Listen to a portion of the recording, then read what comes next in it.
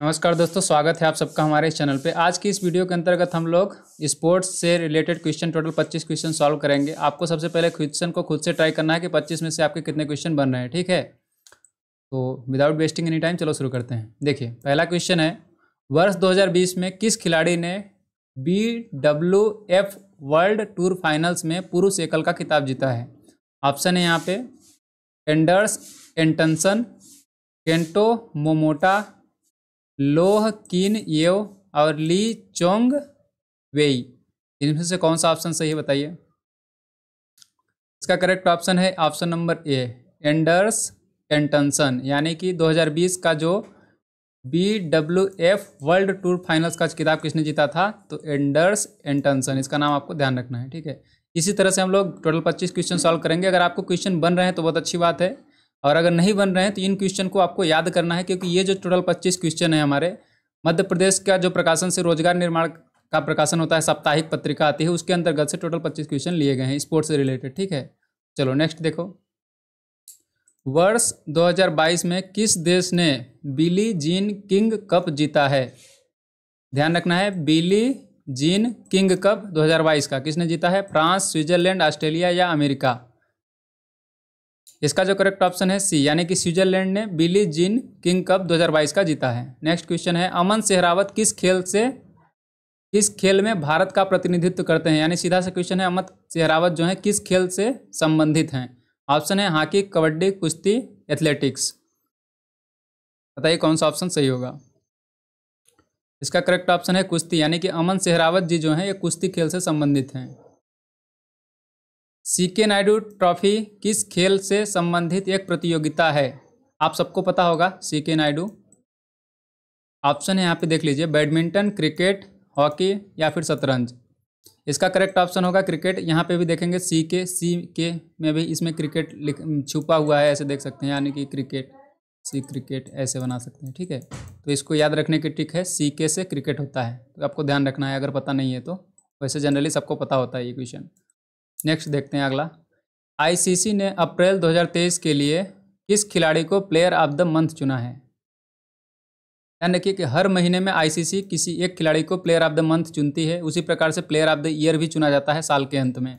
तो अभी जो है अप्रैल चल रहा है, तो अप्रैल का प्लेयर ऑफ द मंथ, जुलाई चल रहा है तो अप्रैल का पूछा गया यहाँ पे कि अप्रैल का प्लेयर ऑफ द मंथ किसे चुना गया था आईसीसी के द्वारा। ऑप्शन है मार्क चैंपमैन, शुभमन गिल या फिर फकर जमान या फिर निकोलस पूरन। इसका जो करेक्ट ऑप्शन है सी नंबर, यानी कि फकर जमान को जो है अप्रैल का प्लेयर ऑफ द मंथ चुना गया था। नेक्स्ट देखते हैं, रॉबर्ट लेवांडोवस्की किस देश के दिग्गज फुटबॉलर हैं? रॉबर्ट लेवांडोवस्की किस देश के फुटबॉलर हैं ये बताना है आपको। स्पेन, बेल्जियम, पोलैंड या फिर कोलंबिया? करेक्ट ऑप्शन है पोलैंड। पोलैंड के कौन से फुटबॉलर ये जो हैं रॉबर्ट लेवांडोव्स्की कहाँ के खिलाड़ी हैं? पोलैंड के खिलाड़ी हैं जो कि फुटबॉल खेलते हैं, ठीक है। बस इतना ही ध्यान रखना है आपको इसके अंतर्गत। नेक्स्ट देखते हैं 7वां क्वेश्चन, वर्ष 2022 में ऑस्ट्रेलियन ओपन में पुरुष वर्ग के विजेता कौन बने थे? ऑस्ट्रेलियन ओपन 2022 का विजेता कौन है? सीधा सा क्वेश्चन ये है, ठीक है। ऑप्शन है Rafael Nadal, Novak Djokovic, Daniil Medvedev या फिर इनमें से कोई नहीं। तो इसका जो करेक्ट ऑप्शन है राफेल नडाल, यानी कि राफेल नडाल जी जो हैं इन्होंने 2022 का ऑस्ट्रेलियन ओपन खिताब जीता था पुरुष वर्ग का। नीरज चोपड़ा ने टोक्यो ओलंपिक 2020 में किस खेल में स्वर्ण पदक जीता था? तो आपको सबको पता होगा, लेकिन आप यहाँ पे पहले खुद से बताइए, निशानेबाजी, भाला फेंक, कुश्ती या फिर मुक्केबाजी? इसका जो करेक्ट ऑप्शन होगा भाला फेंक। आप सबको पता होगा 7 अगस्त को भाला फेंक दिवस भी इन्हीं के उपलक्ष्य में मनाया जा रहा है। तो आपको इतना ध्यान रखना है, यहाँ पे इस तरह से क्वेश्चन जैसे ये पूछा गया है, इस तरह से भी क्वेश्चन पूछा जाता है, क्वेश्चन इस तरह से भी पूछा जाता है कि नीरज चोपड़ा ने जो टोक्यो ओलंपिक हुआ था तो भाला में जीता था, ये कब हुआ था, कौन से सन में हुआ था? तो आपको ध्यान रखना है 2020, यानी कि टोक्यो ओलंपिक सन 2020 का भाला फेंक जो प्रतियोगिता हुई थी उसमें जो स्वर्ण पदक था किसने जीता था? नीरज चोपड़ा जी ने जीता था, ठीक है।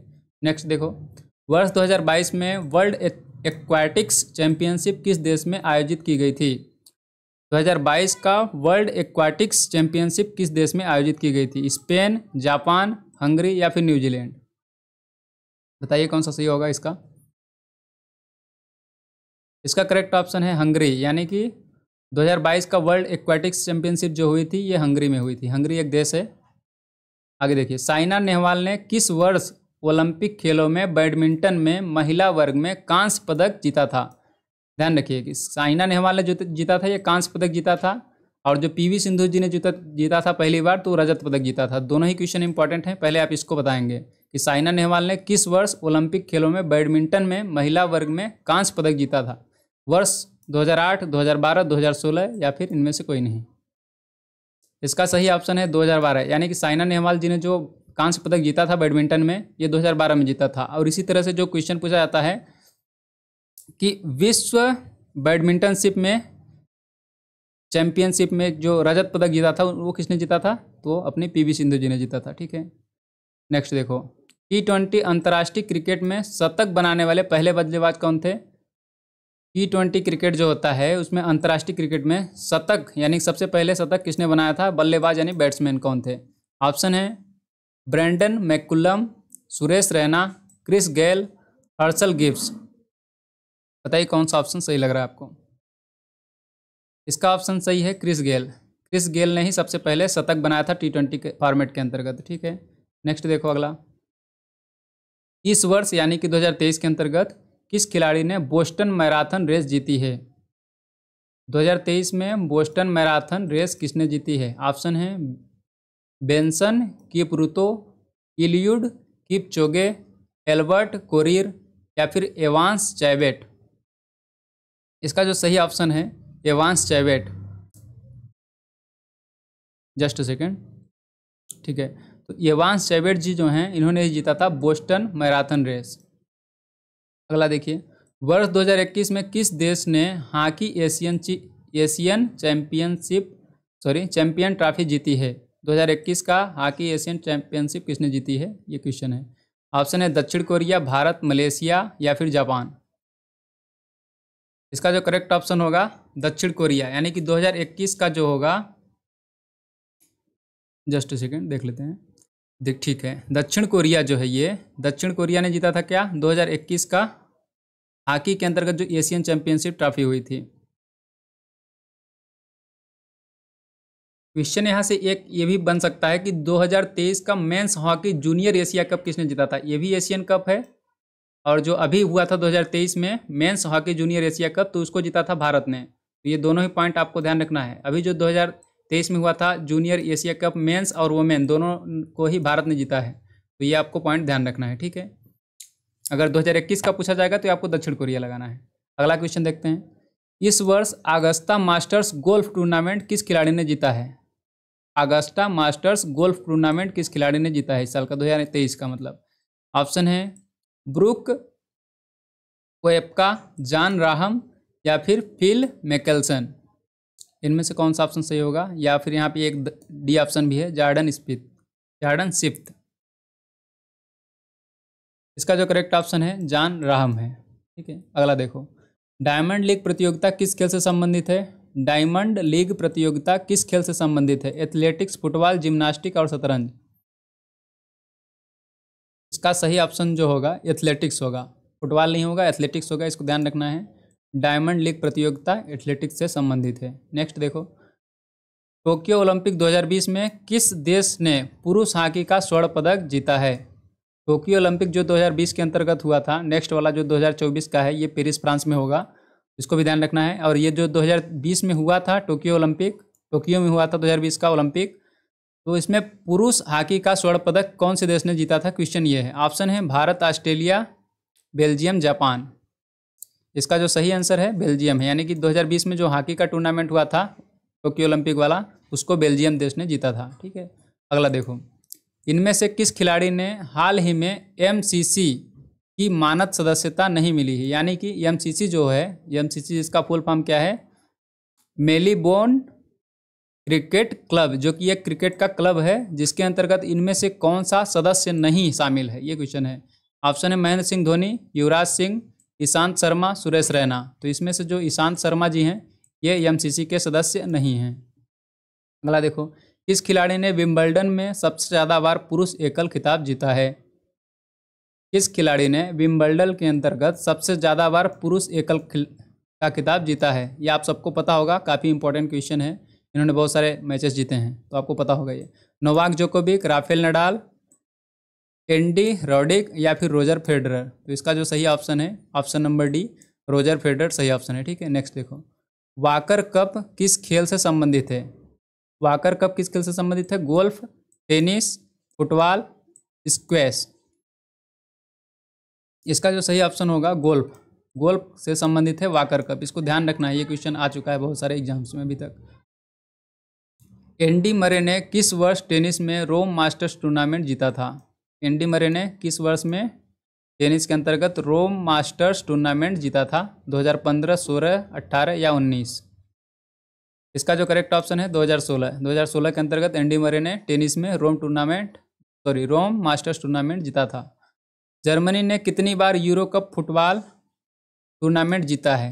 जर्मनी ने कितनी बार यूरो कप फुटबॉल टूर्नामेंट जीता है? तो ये जीता है 3 बार। ठीक है, अगला देखो, इनमें से किस देश में अब तक एशियाई खेल आयोजित नहीं हुआ है? जो एशियाई खेल आयोजित होते हैं, और यहाँ पे ऑप्शन दिए हैं एशिया के ही अपने, तो इनमें से कौन से देश में अभी तक एक भी बार आयोजन नहीं किया गया है? ये क्वेश्चन है। भारत, फिलीपींस, थाईलैंड और सऊदी अरब।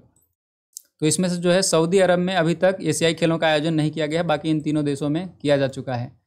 आपको ये पॉइंट ध्यान रखना है। अगला देखिए, हाल ही में जारी फीफा रैंकिंग में इनमें से कौन सा देश पहले स्थान पर है? देखिए, अभी जो फीफा वर्ल्ड कप हुआ था, इसको जनरली हमें पता है सबको, अर्जेंटीना ने जीता था। तो अर्जेंटीना के जीतने के बाद से ही अर्जेंटीना जो है फर्स्ट नंबर पे आ गया है। पहले तो था इसमें फर्स्ट नंबर पे फ्रांस था, तो फ्रांस को हरा के अर्जेंटीना ने जीता है, जो कि कतर में आयोजित हुआ था ये फीफा वर्ल्ड कप, अभी वर्तमान वाला जो 2022 वाला हुआ था।